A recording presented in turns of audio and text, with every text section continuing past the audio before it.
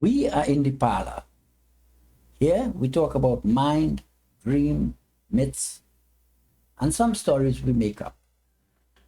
So I will tell my story the way I make them up, and you tell your story. Today I tell a story, two myths. In one, there is a woodcutter, and he is cutting wood. Well, what does a woodcutter do? And he looks up, and in a clearing, he sees a creature. He knows that to be a magic creature. If he catches that creature, well, he gets the power of it. He gets the magic of that creature. So he goes out to the clearing, but then the creature appears on the other side of it. So he comes back, and he's thinking now, next time he sees the creature, he will go to the opposite side of the clearing. Yeah. He goes there to the opposite side where he sees the creature. Now the creature appears on another side of the clearing. That happens a few times, and he says, well, hell with it.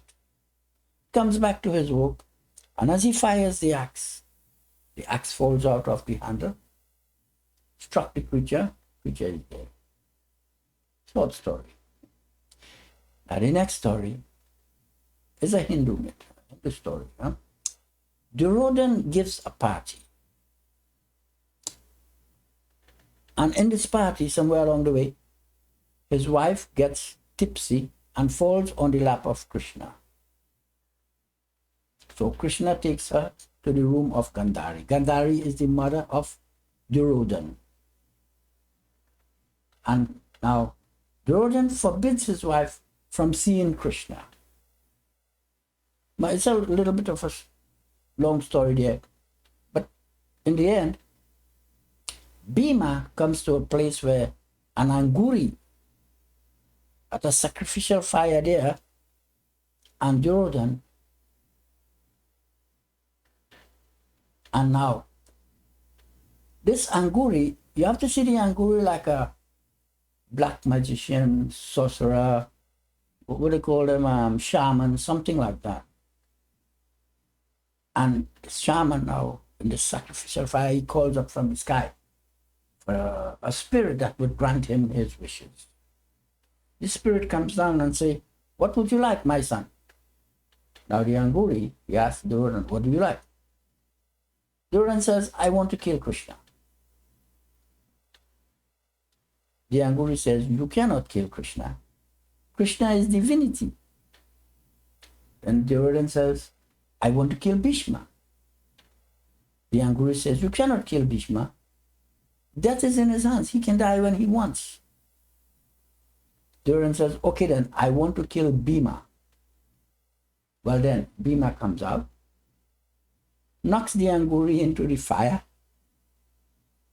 He burns up, goes up, and the spirit says, welcome home, my son. Something like that. Now, as we make them up, we have to see the woodcutter, when he is working, his head is down, he's engaged, right? And if there's a clearing, it means his present activity has come to an end. And he sees another something to do.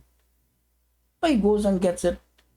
And now the clearing is on the other side because this piece of activity is done. See? So every time he looks up, he sees another creature, a magic creature, and he gets that, he does that, right? So then he says, oh, hell with it. And at some point he gives up the quest for this thing. But you see, the story about all these things is that as long as we are thinking, oh, there's something to do, something to make, something to get, does it ever end? But now we are retired. We have to give up some things. Some things come to conclusion. Some things are not possible.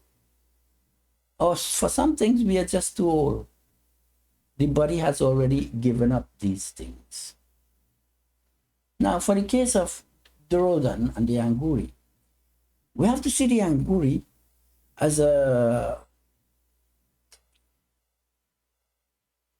shaman or a black magician a witch doctor, something like that, who grants wishes. In the first case, it was a magic creature. You always have something to do. Now this Anguri, he gives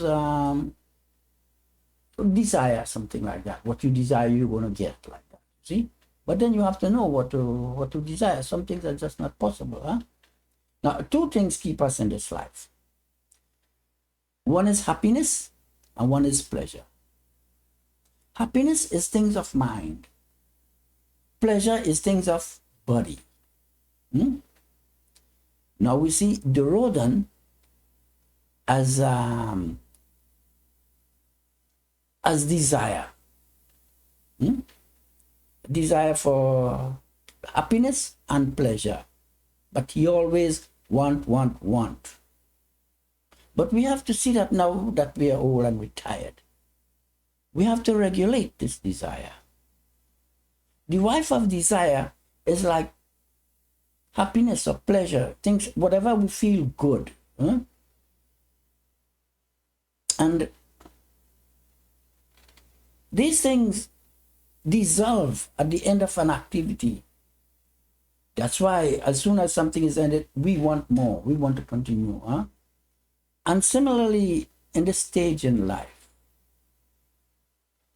we go through stage in life. This is what we have to understand.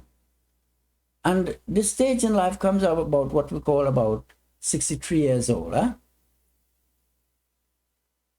Yeah, we have to see happiness and pleasure coming to an end at each activity, and also coming to an end in a stage in life. The rodent is like that. He always wants. And happiness comes to an end in Krishna's lap, because Krishna signifies the end of that stage of life. So you cannot kill Krishna. It's a natural progress in life. Now we have to see Bhishma as the power to will, or sexual virility. Some things we never want to end. We always want continuity in the activity or in the period in life. We want the pleasure to go on all the time, see? But this is not possible. So to kill Krishna is not possible, because he is the end, is the inevitable end that comes with the stages in life. Bhishma is also an inevitable end that comes with his activity and your period in life, your stage in life. Therefore, you cannot kill Bhishma. Now, Bhima is the power to will in the body. We want the party to never end for the sake of the continuing of happiness. But you see, it can only last so long. The body itself let go, runs out of steam. We fall asleep. Now, the idea about all this is that if you want too much for too long, nothing has become of you. In any case, you are too old for some things. Some things are not possible. Even happiness seems only a memory. Now, after the stage of Krishna comes what? Buddha. The stage of reflection and understanding the structure in life. Study well, accomplish a lot, and be prepared to surrender. I am Aten Raj Indranath, interpreter.